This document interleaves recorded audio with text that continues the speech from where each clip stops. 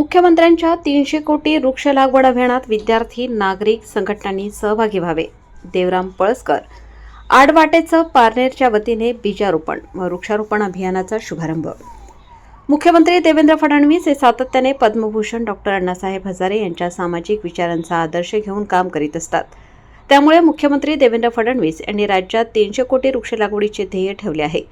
मुख्यमंत्र्यांच्या या योजनेत विद्यार्थी, शाळांसह सर्व नागरिक संघटनांनी सहभागी व्हावे असे आवाहन मुख्यमंत्री देवेंद्र फडणवीस यांचे विशेष कार्य अधिकारी देवराम पळसकर यांनी केले.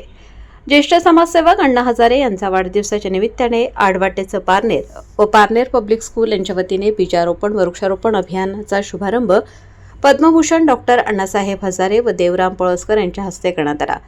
यावेळी ते बोलत होते.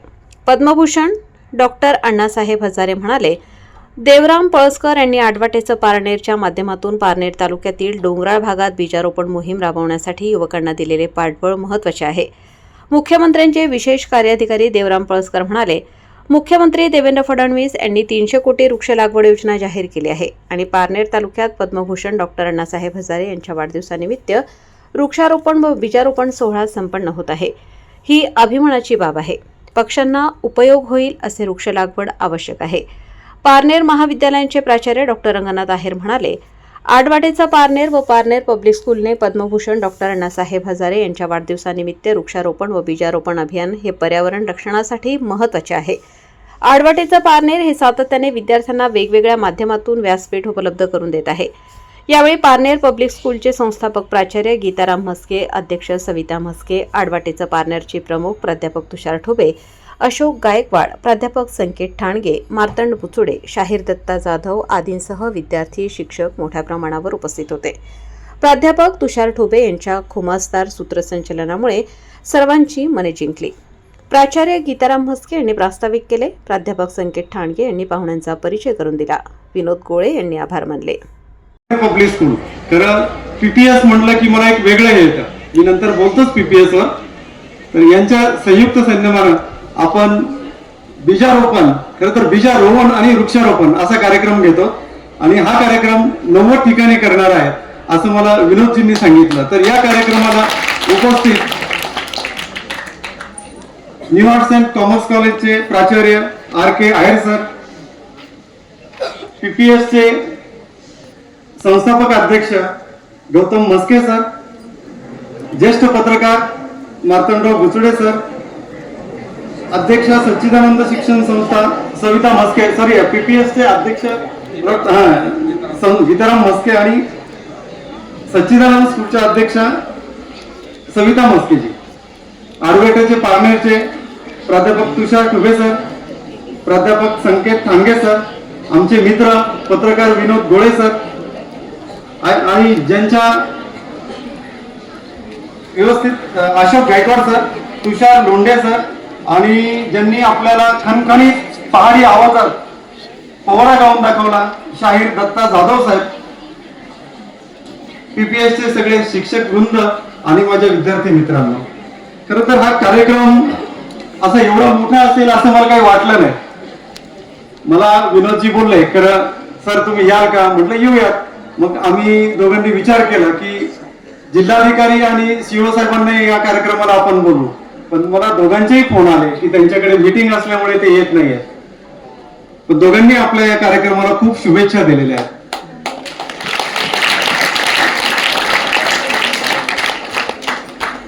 मित्रांनो,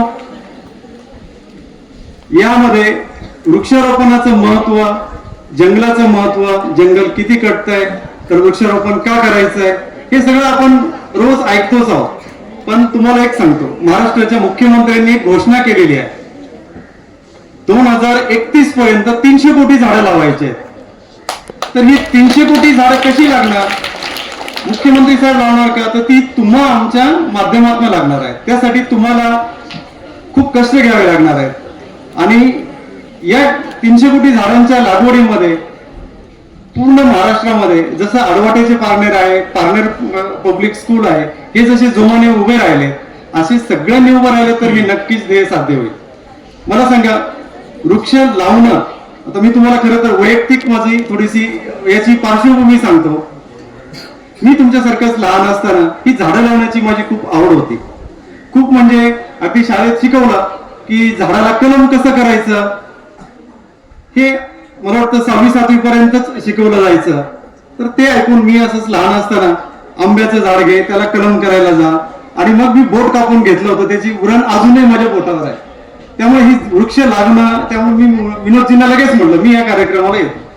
आणि ज्याला झाडं आवडतात, ज्याला वृक्षवेली आवडतात, तो एकदम कोमल हृदयाचा माणूस असतो असं मी मानतो. आणि तो माणूस जास्तीत जास्त निसर्गप्रेमी असतो, तो जमिनीशी टच मध्ये असतो.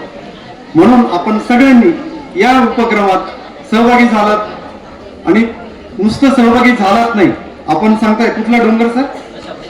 हा, दशाबाई. हे नाव खरं दशाबाई म्हटल्यानंतर मला कळत नाही की त्या डोंगराची का काही दशा असेल, पण त्या डोंगराची आपण दशाबाईचं नाव एकदम वेगळं करून काहीतरी नवीन ठेवूयात. आणि पण हे नवीन नाव केव्हा ठेवता येईल आपल्याला? जर आपण तिथे आपण उद्या बीज रोपण करणार आहोत या पुढील काही दिवसामध्ये, जसा पाऊस येईल तसा, आणि नवीन झाडे लावणार आहोत. जेव्हा त्याचा 90 ठिकाणं आपल्याला हरितवाही करायचे, की जी राज्याच्या मुख्यमंत्र्यांची ध्येय आहे, 300 कोटी. चिंच लावा, बोर लावा, जांभूळ लावा. हे का? आज पहा तुम्ही, आपण रोज जेवण करतो. आज आपल्याला आई सांगते ना, हे बर्गर खायचं नाही, हे मॅगी खायचं नाही, हे खायचं नाही सांगतात ना, सांगतात. किती लोकांना हे आपल्या आई सांगतात? अरे खूपच थोडे आहेत का? आता काही मी खोटे हात वरती गेले का की सगळ्यांना एवढ्या आई जर सांगत असतील, त्या माऊलींना माझा त्रिवार नमस्कार, की बर्गर खाल्ल्यानं काय होतं, मॅगी खाल्ल्यानं काय होतं, हे जे फास्ट फूड आहे किंवा जंक फूड ज्याला आपण म्हणतो ते खाल्लं. इकोसिस्टीम आपलं एक सराउंडिंग असतं पहा, त्या तिथल्या वातावरणात कुठला वृक्ष वाढतो, तर त्या वृक्षाचं एक नैसर्गिक आहे वाढीचं. तर त्या वृक्षाच्या जवळ एक ठराविक कीटक येतात, ठराविक पक्षी येतात, ठराविक त्यानंतर जे काही त्याच्या संगोपनात ते प्राणी पक्षी घट्ट करतात त्याच्यामध्ये, अशीच वृक्ष आपल्याकडे लावले पाहिजेत. मी तर मग अशी सरांना म्हटलं की सर अगदी काहीच नाही लावता आलं तर बाभळी लावा. तुम्ही बाभळी लावा हा शब्द तुम्हाला खरं खटकेन की हा बाभळ का लावायला सांगतो, पण बाभळ हा सुद्धा एक कल्पवृक्ष आहे. त्याचं कारण सांगतो मी. तुम्ही बाभळ फक्त एक गोष्ट, आपण आंबे कधी एक सीझनला येतात. आंबा आपण कधी तोडतो का? त्याच्या फांद्या कधी छाटतो का? कधीच छाटत नाही. पण बाभळ हा असा वृक्ष आहे की त्याचं छाटणी केलं तर सरपण मिळतं, छाटणी केलं तर आपले धनगर बांधव त्या शेळ्या मेंढ्या त्याला चरायला देतात. एवढंच नाही तर बाभळाचं शेंगा ओल्या असतानाही त्या शेळ्या मेंढ्यांना देतात, शेंगा वाळल्या तरीही शेळ्या मेंढ्यांना देतात. असं म्हणून मी त्याला म्हणतो. आणि इव्हन बाभूळचे तुम्ही पहा, बाभूळ मधून जो डिंक आहे, आज डिंक तुम्ही मार्केटमध्ये घ्यायला जा, त्याची किंमत काय आहे डिंकाची ही एकदा पहा. म्हणून बाभळाला जर ठराविक ठिकाणी आपण जर त्याला हे केलं, छाटणी केली, तर त्याला डिंकही मिळतो आणि तो चांगला त्याचा आपल्याला मोबदला मिळतो. म्हणून बाभळ सुद्धा लावली तरी काहीच वावगं नाही, जंगल वाढवा, माझं तर एवढंच म्हणणं आहे. आता पुढचं सांगतो तुम्हाला. आपण आता माझ्या हस्ते 2 झाडं लावलेली आहेत.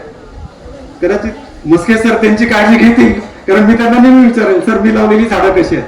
पण मी तुम्हाला जाहीर आवाहन करतो सरांच्या उपरोक्ष की ती झाडं जो जोपासेल त्याचा पालकत्व मी घेणार, त्याच्या वया पुस्तकं मी करणार, कारण ती झाडं माझी लावलेली आहेत, माझ्या हस्ते लावलेली आहेत.